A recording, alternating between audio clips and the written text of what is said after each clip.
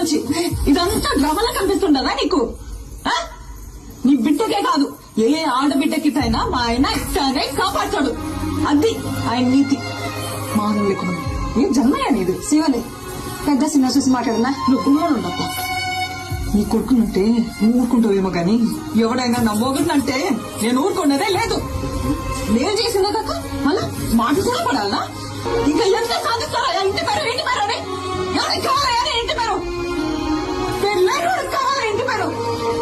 మా ఆయన పేరు చెప్పుకొని ఊరు ఊరిగా బతుకుతాయి. ఎవరు? పుష్పాన్ని మేనేజర్. నువ్వు? పుష్ప ఫ్రెండ్. నువ్వు? పుష్పాన్ని డ్రైవర్. నువ్వు? పుష్పాన్ని మనిషి.